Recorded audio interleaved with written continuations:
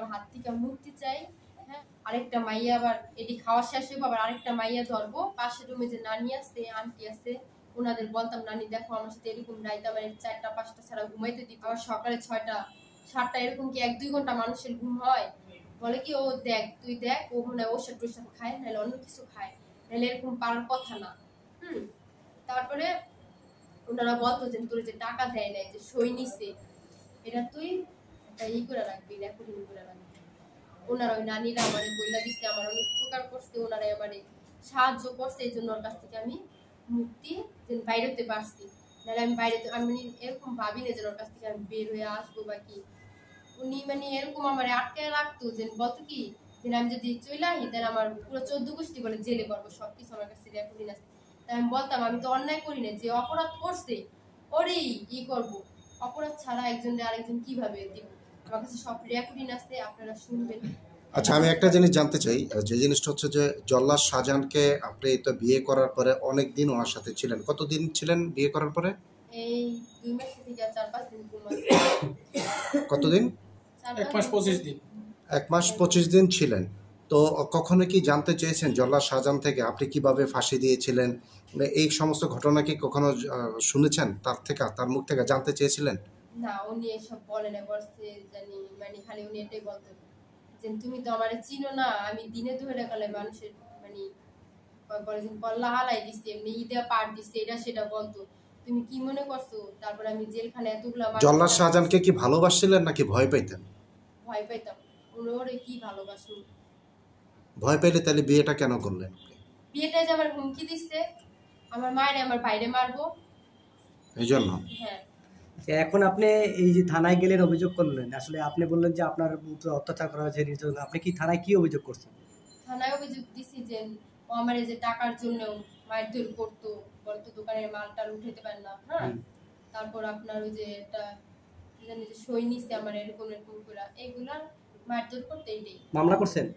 মামলা করছি। কবে মামলা করছেন? ওইটা আমি আসছি আর পরের দিন। ওই যে ও বলছে না যে আমি যেদিন চলে আসছি 2-3 দিন পরে মানে মানুষের কাছে হাইটে এটা বলতেছে আমি নাকি ওর ঘর থেকে 7 লাখ টাকা নিয়ে এসেছি, তারপর 3 ভরি নাকি স্বর্ণ নিয়ে আসছি। এই কথা শোনার পরে আমি আবার ইকুড়া থানা থেকে পুলিশ নিয়ে গেছি। পুলিশ নিয়ে যাওয়ার পরে উনি তখন আর বলে না, আর উল্টা কান্দাকাটি করতেছে, কোনো টাকা পয়সার কোনো কথাই উঠতেছে না। কারণ মানুষের বলতেছে যে যদি টাকা পয়সা নিয়ে পলাই যেত তাহলে ওরা আবার পুলিশ নিয়ে কি লেগে এই জায়গায়। 1বার না 2বার গেছি, তখনও পুলিশের কাছে কিচ্ছু বলে না। ওই পুলিশ বলতেছে যে তুমি কি চাও? আমি বলছি কি আমি ওর হাত থেকে মুক্তি চাই। বলে তোমার এই জায়গায় কি কি আছে তুমি নাও।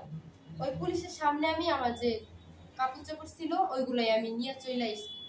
উনি বলছে যে টাকা পয়সা নিয়ে এসছি, উনি একটা নতুন একটা তোষক ওইটা কাইটা থুয়েছে, তো রুম ভাড়া দিতে পারে না, খাওয়ান চালাতে পারে না, তাহলে আমি ওর এতগুলো টাকা কই থেকে নিয়ে আসলাম?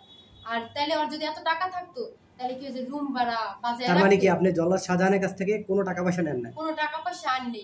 আর আমি আসলে আপনাকে কি কোনো সোনা গয়নাও দেয় না? কোনো কিচ্ছু দেয় না। প্রথম দিকে কিছু টাকা ছিল, ওই টাকা লোভে কি আপনি বিয়ে করেছিলেন জল্লাদ শাহজাহানকে? কোনো এরকম কোনো কিচ্ছু না। আমার মানে এই যে মানে বলে না যে এত টাকা পয়সা যদি থাকতো তাহলে রুম ভাড়া বাজাইতো, ওই যে সেলুনে যে দাড়ি মোস কাটছে এই টাকা কি মানুষের বাজাইতো যে আমি আসার আগে। আচ্ছা, আপনার দেশের বাড়ি কথা, আপনার নামটা কি এবং আপনি আগে কি করতেন বিয়ের আগে? আমার বাড়ি হচ্ছে আপনার বরিশাল, আমার নাম হলো সাথে একটা। বরিশাল কোথায়? রাজাপুর। বরিশাল রাজাপুর আপনার বাড়ি, আর নাম হচ্ছে নামটা বলেন। আচ্ছা, জল্লাদ শাহজাহান আরেকটা অভিযোগ করছে যে আপনি টিকটক করতেন, তার কাছ থেকে টাকা নিয়ে আপনি টিকটক করার জন্য এই যে বিভিন্ন আরো লোকজনের সাথে সম্পর্ক করে তারপরে তার কাছ থেকে টাকা নিছেন আর কি। আপনারা আমার টিকটক আইডিতে ঢুকে দেখেন যে আমি ওরকম টিকটকার কিনা।